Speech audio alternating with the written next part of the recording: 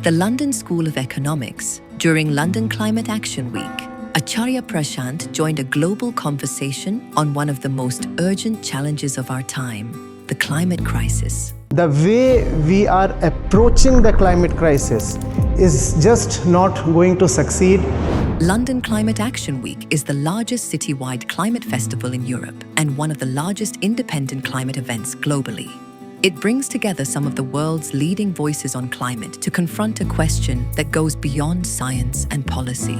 How do we change the way we live, think, and act in the face of a changing planet? Beneath every conversation we've had about capital, talent, economies, resilience, sits deeper questions about consciousness, responsibility, and our relationship with our nature and surroundings. To help us reflect on them, it is my great privilege to invite Acharya Prashant, renowned philosopher and author, to deliver our closing note. Because we are thinking that it is primarily something to do with the planet, with carbon dioxide, with the oceans, with the glaciers.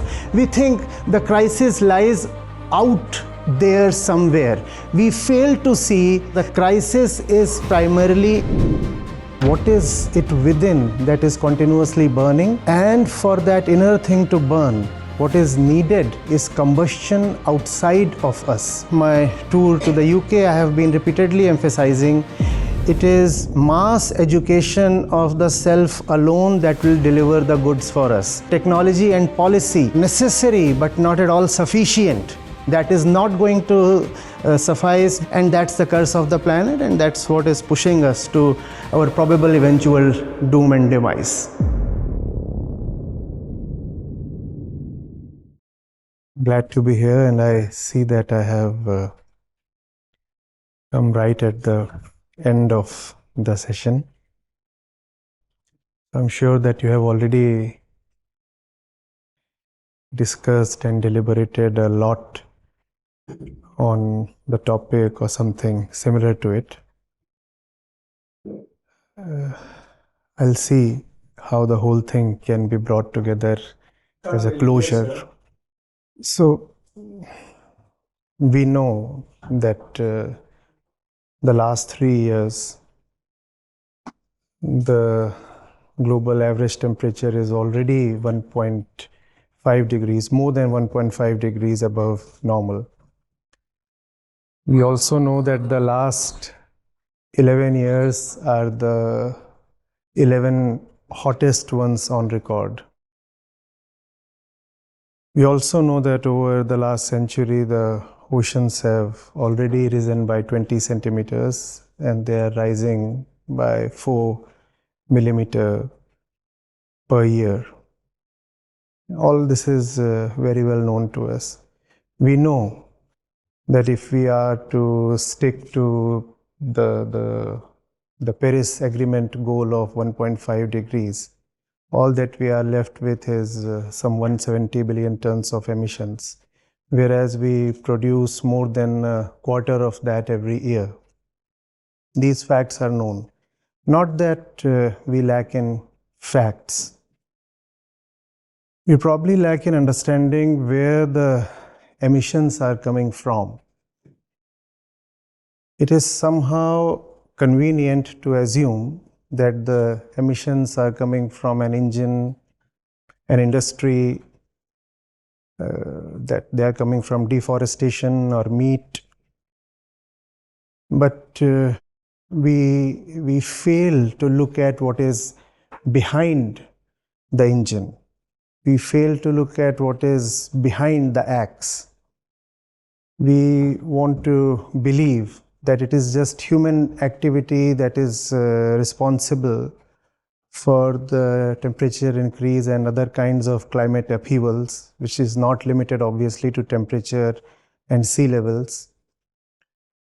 But what kind of human activity? For long we did not want to even believe that it is anthropomorphic. Now we have just come to admit that yes, it is human activity that is causing all things. But again, what kind of human activity? That is not being specified, that is not being looked into. That human activity is not of need, not of genuine physical or civilizational need, that human activity is the one that arises from inner emptiness, a psychological hollow. And that psychological hollow just cannot be met through outer measures.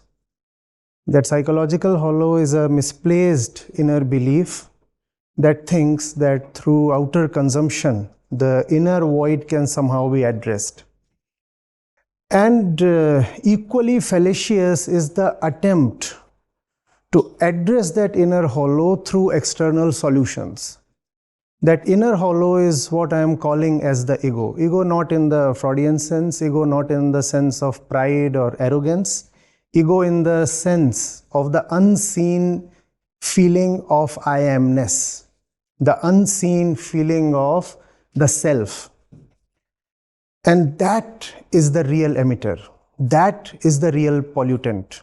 Let me simply say the climate crisis is the ego made atmospheric. We do not realize what is it within that is continuously burning, and for that inner thing to burn, what is needed is combustion outside of us.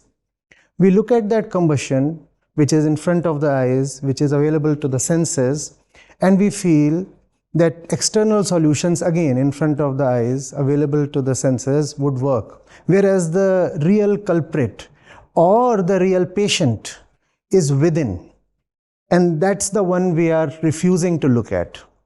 Instead, what we are coming up with is solutions that are fabricated by the patient itself. Call them egoic solutions. They exist so that the ego can remain as it is and can still have very sophisticated kind of guilt management. For example, luxury consumption, for example, all kinds of emphasis only on policy measures and green technologies. So the ego will not look at itself. It is a network of a set of beliefs, and it does not want to challenge that. And that is what I'm going to call as ignorance. Ignorance not in the sense of lack of knowledge, ignorance in the sense of a vast inner network of false self-knowledge. False self-knowledge. I am the doer. I am the doer. I am the emitter. The climate crisis is a result of what I take myself to be. If I do not know who I am, and yet I keep experiencing an inner incompleteness, obviously I will have to strive to somehow address it. I do not know where that incompleteness is coming from. I have never bothered to go into its inner nature. But I experience it nevertheless. Just as one experiences a headache or a stomachache, the experience is real. The diagnosis is missing. So one tries all kinds of things, and that's what humanity has been trying, not just today, not just the post-industrial age, not just as we have moved from 280 ppm to 430 ppm. That is what we had always been doing. It's just that we never had the technology and the economics to implement our destruction on scale.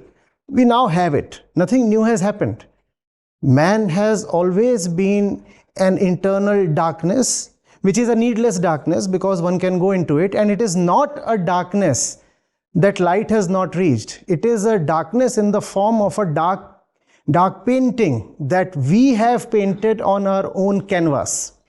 So it remains fashionable and very acceptable, with the very norm across cultures, across nations, across civilizations, across religions, to just assume that we are human beings, and we are born to be happy.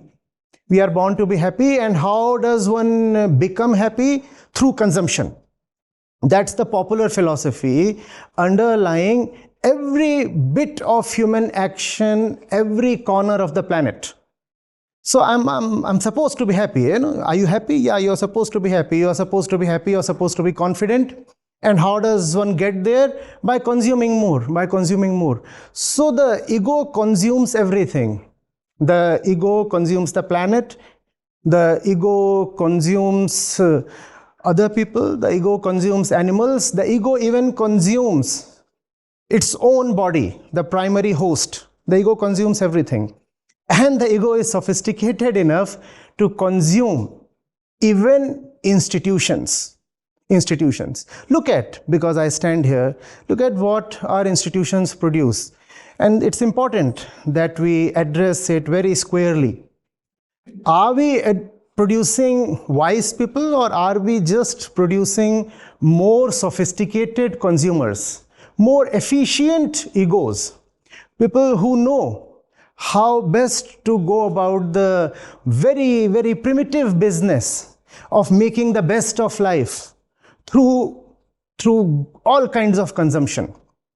As long as that remains the ideal of life, as long as we proceed towards gathering external knowledge, external power, without bothering to look at who we are within, without bothering to be rigorous and honest and analytical in the inner domain, remaining believers, very superstitious kind of believers in the concept of humanness. Who am I? I'm just a human being. What does that really mean? And we don't want to address that. And our education systems, our media, the way we are brought up, our families, none of them are culturally equipped to address that question.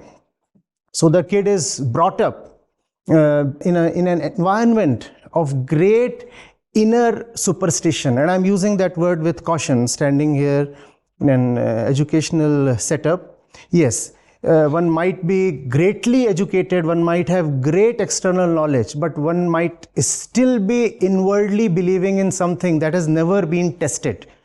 And that's what we need to do. Education is the answer. On my tour to the UK, I have been repeatedly emphasizing it is mass education of the self alone that will deliver the goods for us, because the climate crisis is not an external crisis. Yes, obviously we require good technologies, we require green technologies, yes, we require illuminated voters, the electorate, and great policy makers, but technology and policy are necessary but not at all sufficient. That is not going to suffice, because the crisis is primarily internal.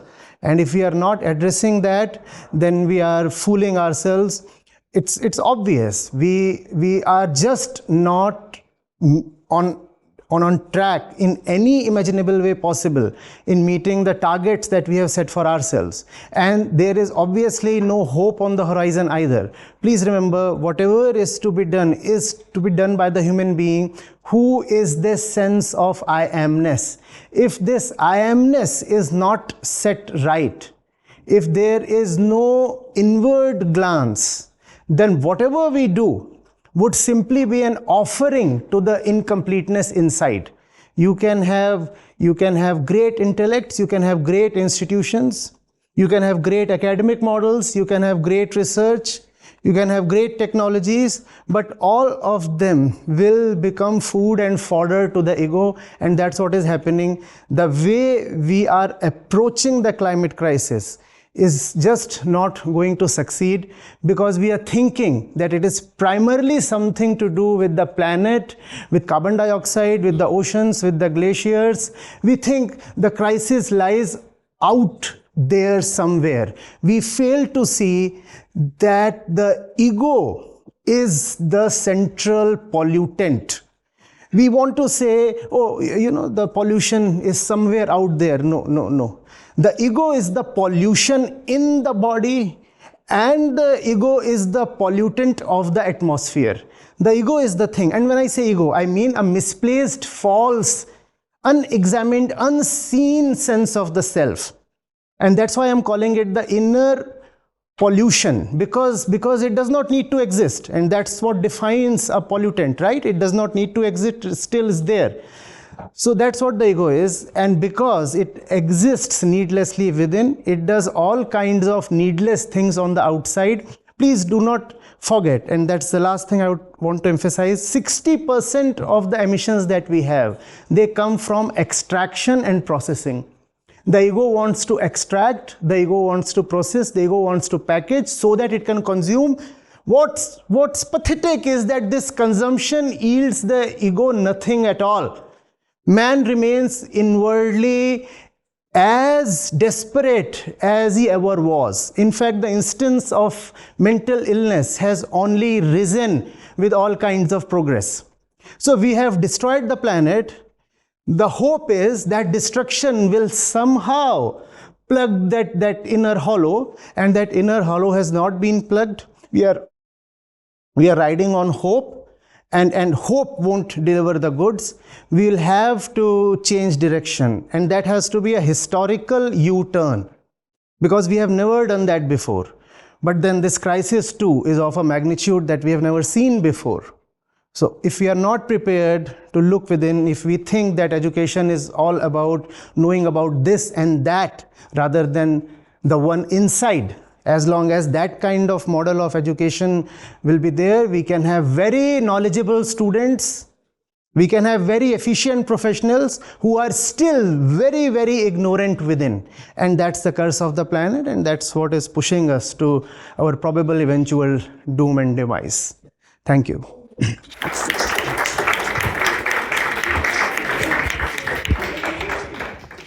Just download the Acharya Prashant app, and there you go to the community section, and you have live testimonials streaming in at the rate of 1 every 5 minutes. I'm seeing lives change in thousands, if not millions, every day in front of my own eyes. We are doing it. Right. We have actually done it. Join the community of more than 2 lakh participants on the Acharya Prashant app. Your first month is completely free. You'll get full access to Gita Mission. On the app, you will get regular live sessions, daily exclusive conversations with Acharya Prashant, access to the vibrant Gita community, wisdom exams, curated news, audiobooks, quotes, and much more. Search Acharya Prashant on Google Play Store or Apple App Store and download now.